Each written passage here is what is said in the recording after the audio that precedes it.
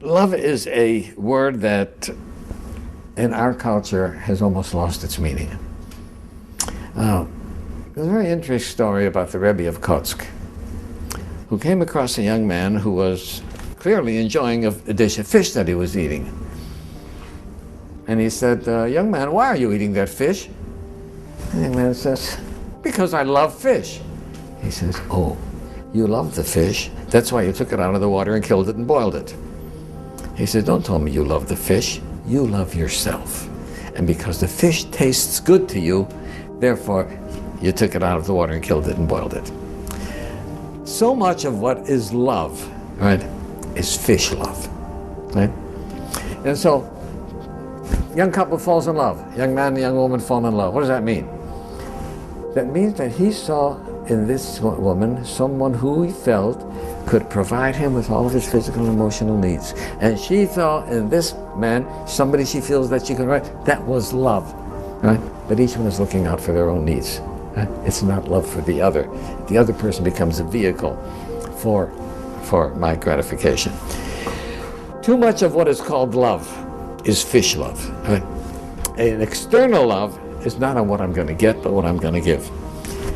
We had an ethicist, Rabbi Dessler, who said the people make a serious mistake in thinking that you give to those whom you love. And the real answer is, you love those to whom you give. Right? And his point is, if I give something to you, I've invested myself in you. Right? And since self-love is a given, everybody loves themselves, now that part of me has become in you, right, there's part of me in you that I love. Right? So true love is a love of giving, not a love of receiving. Well, now really, when we go back then to falling in love and say it's crazy, falling, you see, we don't say rising into love. There is in it the idea of the fall. And it goes back, as a matter of fact, to extremely fundamental things. That there is always a curious tie at some point between the fall and the creation. Taking this ghastly risk is the condition of there being life. You see, for all, the life is an act of faith and an act of gamble. The moment you take a step, you do so on an act of faith because you don't really know that the floor is not going to give under your feet. The moment you take a journey, what an act of faith. The moment you enter into any kind of human undertaking and relationship, what an act of faith. See, you've given yourself up. But this is the most powerful thing that can be done. Surrender. See, and love is an act of surrender to another person. Actually, therefore, the course of wisdom, what is really sensible, is to let go, is to commit oneself, to give oneself up, and that's quite mad. So we come to the strange conclusion that in madness lies sanity. Love as a need is like many needs. You need to eat, you need to sleep, you need to drink, you need to recreation. There's another need we need, is love. The human need of love, what does that need entail? You need nurturing, companionship, intimacy, that someone cares about you, that you're not alone in this world. A very legitimate need. But remember that if love is driven by that need, then as soon as that need changes, the love changes. So let's say a certain person that you felt you loved served your needs, and then tomorrow someone else serves their needs, you're going to drop them. So then the unconditionality of love is non-existent. Then love is completely subject to your whims. Two people, for example, I remember giving a class about love, and I asked the group, how many of you believe in love forever after? One woman raised her hand out of like 55 people. And I believe even this woman was a little naive. If she went through her life, she also would. And I asked them, why don't you believe? They said, because it's an illusion. It's a story of novels, of movies, Hollywood, that love is forever after. And I said to them, you know, you have a very good point. You know why? Because nothing in life lasts forever. Not the food we eat, not the money we make, not our age, not our looks. Life is in flux. We're constantly moving. So why should love be forever? I said there was only one answer. Because love is not just a need. Love is a form of transcendence. Love is a form of finding God, finding higher purpose.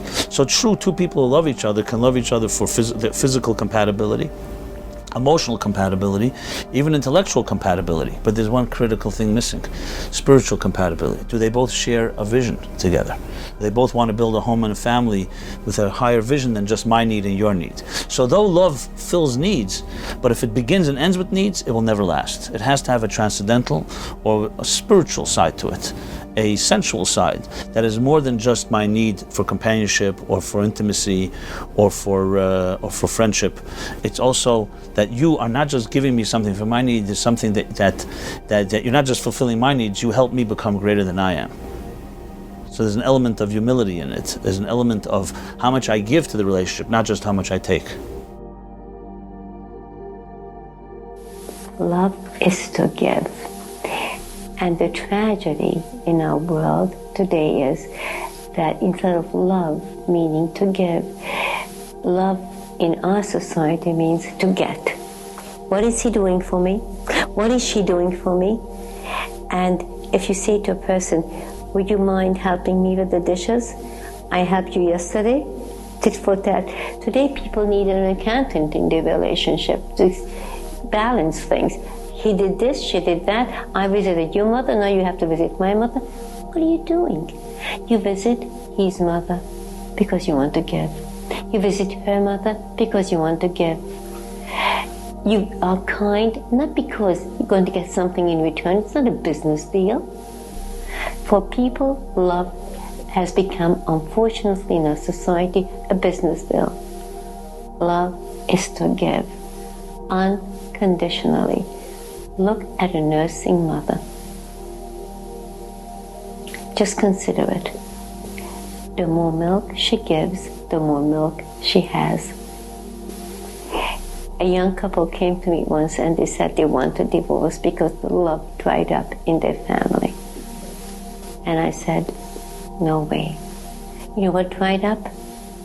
Your giving has dried up. Just like that nursing mother. If you give, you have milk. If you don't give, if you stop nursing, if you stop giving, your milk dries up. The moment you stop giving, your love will dry up. It's interesting, we have a commandment to love our neighbors as ourselves. And at first glance, that sounds like a little unrealistic. I mean, love my neighbor as myself. I don't even know my neighbor, right? Maybe I'll go out, have a couple beers, see if I can get along with them, right? How can I be commanded in an emotion? The truth is, you're not commanded in an emotion. You're commanded in an action. Kabbalah teaches us that existentially we are all connected. The emotion of love is a feeling of that truth. Whether we feel connected or not, we are connected, but we're commanded to behave in a way that will enable us to access the feeling and the realization of this truth. So love is actually the most natural emotion, rooted in simply the existential fact that you and I and him and her are all connected. And to know that and to feel that is what we call love. Love is the ultimate reality. Love is what makes life worth living. Adam was alone, and God said, not good for a person to be alone. And loneliness, when you really define it, is inability to have somebody to love. There are people who think they don't need a love relationship. They end up getting a dog. They end up having to have some way in which to express love, because our need to express love is our need to be like God, and God's definition is love. We only find happiness when we are in a state of love. Chemically, they call it endomorphins. I have other words for it. I call it ahava, love, which not just makes the world go round, but which makes my life meaningful. There are two main sentences in the Bible. Love God and love your neighbor. Fascinating. Two main sentences, and they're both love sentences. The Ten Commandments were given on 2 tablets. One is to fulfill loving God, the other is to fulfill your neighbor, loving your neighbor.